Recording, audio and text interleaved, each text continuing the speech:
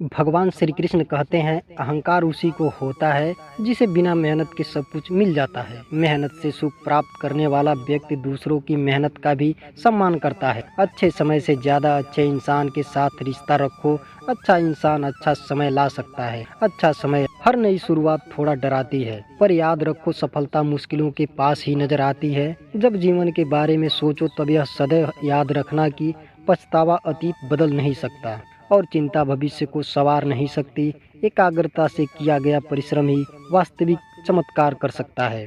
भूखा पेट, खाली जेब और झूठा प्रेम इंसान को जीवन में बहुत कुछ सिखा जाता है। इच्छाएं मनुष्य को जीने नहीं देती और मनुष्य इच्छाओं को कभी मरने नहीं देता।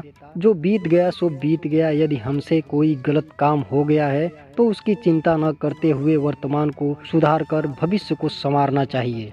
तो आज की कहानी हमें बहुत कुछ सिखाने वाली है।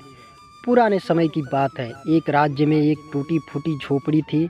उसमें बूधन नाम का एक बूढ़ा व्यक्ति अपने 4 बेटों के साथ अपना गुजर बसर करता था। बूधन की पत्नी की सालों पहले मृत्यु हो चुकी थी। घर में कोई स्त्री नहीं थी जो घर की देखभाल कर सके। बूधन के चारों बेटों को कोई भी काम नहीं आता था। वे पिता के साथ भीख मांगकर अपना जीवन यापन करते थे। हर रोज पांचों सुबह सुबह अपना अपना कटोरा उठाकर गांव में निकल जाते और दिन भर भीख मांगकर शाम को लौटते। झोपड़ी में 5 चूल्हे थे। पांचों अपने अपने कटोरे का अनाज चूल्हे पर पकाते और खाकर सो जाते। जीवन इसी तरह कट रहा था।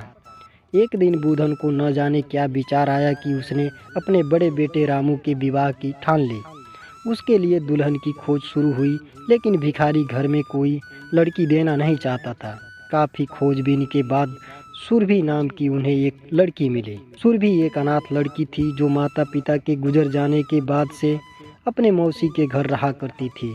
मौसी ने पीछा छुड़ाने के लिए उसका विवाह बूधन के बड़े बेटे रामू से करवा दिया। सुरभि विवाह के बाद अपने ससुराल आई तो वहाँ का बुरा हाल देखकर अपना सिर पीटने लगी। पूरा घर धूल मकड़ी की जालों और गंदगी से भरा हुआ था। जैसे ही उसका ससुर पति और देवर भीख मांगने गए, सुरभि साफ सफाई के काम में जुट गई। झाड़ पोंछ कर उसने पूरा घर साफ किया। उसने घर के 5 चूल्हों में से 4 चूल्हे तोड़ दिए। फिर वह पड़ोस में गई और उनसे थोड़ा सा अनाज मांग कर लाई। उसकी खेतों से उसने कुछ सब्जियां भी तोड़ ली। घर आकर उसने चूल्हे में चावल सब्जियां बनाया और टमाटर की अच्छी चटनी भी पका ली। शाम को बूधन चारों बेटों के साथ वापस लौटा। घर पहुंचते ही खाने की खुशबू ने सबका भूख और बढ़ा दिया। सुरभि ने उन्हें हाथ मुंह धोने को कहा और सबके लिए भोजन परोस दिया। इतना स्वादिष्ट भोजन उन लोगों ने पहले कभी नहीं खाया था। और खाते भी कैसे, कोई सब्जी पकाता तो नमक ज़्यादा डाल देता और कोई चावल पकाता तो अधकच्चे रह जाते। बरसों बाद उन्हें स्वादिष्ट भोजन मिला था। सबने पेट भरकर भोजन किया। भोजन के बाद जब वे उठे तो बूधन की नज़र 4 टूटे हुए चूल्हों पर पड़ी। वह गुस्से से सुरभि पर बरस पड़ा। उसने उसे खूब खरी खोटी सुनाई कि वह सारे भाइयों में फूट डलवाना चाहती है। सुरभि बोली कि वह बस घर को साफ सुथरा करना चाहती थी। भाइयों में फूट डालने का उसका कोई इरादा नहीं था। वैसे भी अब भोजन बनाने की जिम्मेदारी उसकी है, इसलिए 4 चूल्हों की ज़रूरत नहीं है। अगर वे सब फिर से अपना अपना भोजन बनाना चाहते हैं तो वह सभी चूल्हे बना देगी। सुरभि के हाथ का स्वादिष्ट भोजन खा चुके थे, इसलिए उन्होंने भोजन बनाने की जिम्मेदारी उसे ही सौंप दी। सुरभि ने भीख के अनाज से पड़ोसी का उधार चुका दिया और अगले दिन के लिए थोड़ा अनाज बचा लिया। अगले दिन सुरभि ने अपने ससुर से कहा कि वह जंगल से थोड़ी लकड़ियां काट कर ले आएं ताकि वह उन्हें जलाकर खाना बना सके। चारों लड़के उस पर भड़कने लगे कि वह उन सब जवान लड़कों के होते हुए उनके पिता से काम करवा रही है। तब सुरभि बोली कि जब आप सब इतने हट्टे कट्टे हैं तो जंगल से लकड़ियां काटकर उसे बाजार में क्यों नहीं बेचते। उस दिन चारों भाइयों ने जंगल से लकड़ियां काटी और उससे बाजार में बेच दिया। बदले में उन्हें पैसे मिले। अपनी मेहनत की कमाई देखकर वे सब बहुत खुश हुए। उन्होंने घर आकर पैसे सुरभि को दिए। वह भी बहुत खुश हुई। उस दिन सुरभि और स्वादिष्ट भोजन उन्हें खिलाया।